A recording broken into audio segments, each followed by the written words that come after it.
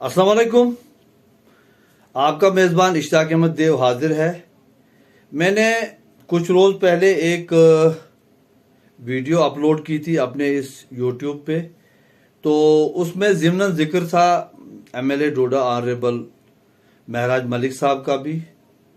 तो उसमें जो है हर एक आदमी अपने अपने हिसाब से राय देता है, और ऐसा नहीं है कि हम किसी भी शख्स को ये आज़ादी देते हैं कि वो आज़ादी से अपनी बात कहे।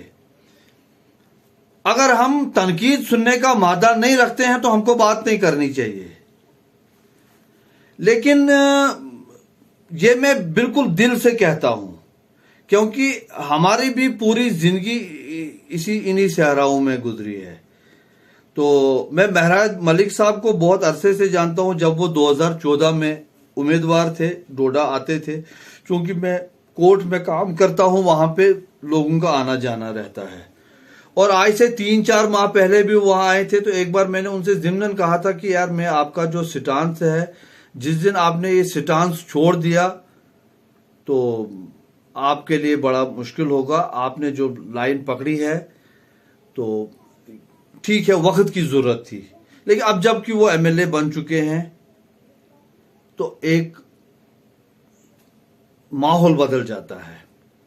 माहौल बदल जाता है। मैं आपको कहूं कि 1975 में जब इंदिरा अब्दुल्ला अकॉर्ड हुआ तो मरहूम मौलाना अताउल्लाह सोहरवर्दी साहब डोडा के यहां से वो मेंबर लेजिस्लेटिव काउंसिल बने मास साहब के साथ, और फिर वो वजीर बने।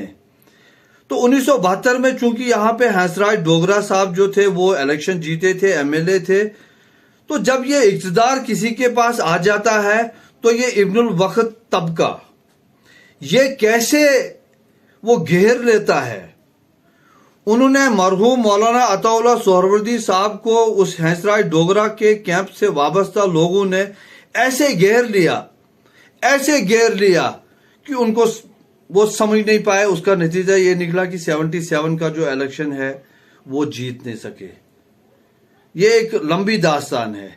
तो ऐसे में महराज साहब, मैं आपसे कहूंगा कि आपने इलेक्शन जीता है, आप एमएलए बने हैं, लोगों ने और भारी अक्सरियत से लोगों ने आप पे एतमाद किया है। तो ऐसे हालात में ये जरूरी है, यही वो वक्त होता है जब आपने अपने आप को संभालना है। एक इंसान जो है वो लोहे की जंजीरों से नहीं टूटता है, जेल और इंट्रागेशन से नहीं टूटता है, मारपीट से नहीं है टूटता नहीं है, माशी तंगदस्तियों से नहीं टूटता है, इवन उसके घर के अफराद की कुर्बानी लगे तो भी नहीं टूटता है। लेकिन आखिर पे सोने की जंजीर आ जाती है, और जो सोने की जंजीर से बच गया, जो इस सोने की जंजीर से बच गया, यहां से सुरुखरू हुआ। क्योंकि ये तबका जो आता है ना, इब्नुल वक्त तबका जब आ जाता है तो ये आप पे कभी तनकीद नहीं करेगा। ये आपको कभी आप कहो ना रब्बुल आलमीन एक नहीं दो है, तो वो कहेंगे आना ऐसे थे कि, क्योंकि हमने एक कॉरिडोर ऑफ पावर बड़ा देखा है। एक बार हम अब्दुल मजीद वानी साहब के पास गए थे बोर्ड के उस इवैल्यूएशन सेंटर के हवाले से। मैं हैरान रह गया, वहां 5-6 और जो अपने आप को बड़ा मोअज़्ज़िज़ कहते हैं वो मोअज़्ज़िज़ लोग बैठे थे। किसी ने हमारी बात का सेकंड नहीं किया, क्योंकि वो लोग ये समझते थे कि अगर हम यहां इस बात का सेकंड करें तो हमारा जो अपना काम है वो रह जाएगा। क्योंकि इनकी नजर जो है वो पोस्टिंग पे होती है, इनकी नजर होती है अपने ठेके पे, अपने मुफाद पे, और ये लोग जो है आपका दिमाग खराब कर देते हैं।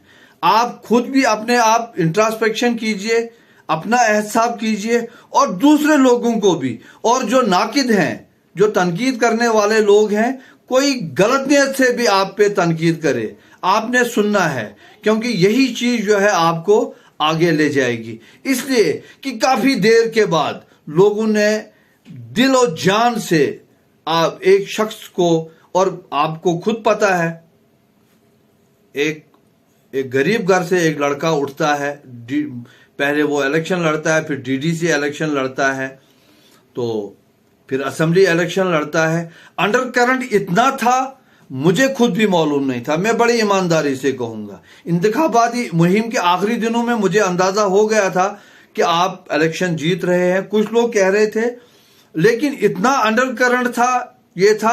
और वो जो इस पर मैंने तजिया किया बाद में या उस वक्त भी, मैं जो मेरी सोच आ रही थी उस पर मैं इजहार ख्याल करूंगा जरूर। अभी मैं ये बहुत से लोगों से पूछ रहा हूं कि आप हमको वजह बताइए कि महराज मलिक जो है वो कैसे इलेक्शन जीत गया इतने हैवी वेट्स लोगों की मौजूदगी में। लेकिन मैं आपसे कहूंगा, चूंकि इस वक्त आप ये जो हुक्मरान इत्तेहाद है उसका हिस्सा है, तो ऐसे में और जितने लोगों ने वोट दिया है, तो ये आपके लिए एक जबरदस्त इम्तिहान है। मैं रब्बुल आलमीन से दुआ करूंगा कि वो आपको इस इम्तिहान में कामयाब करे।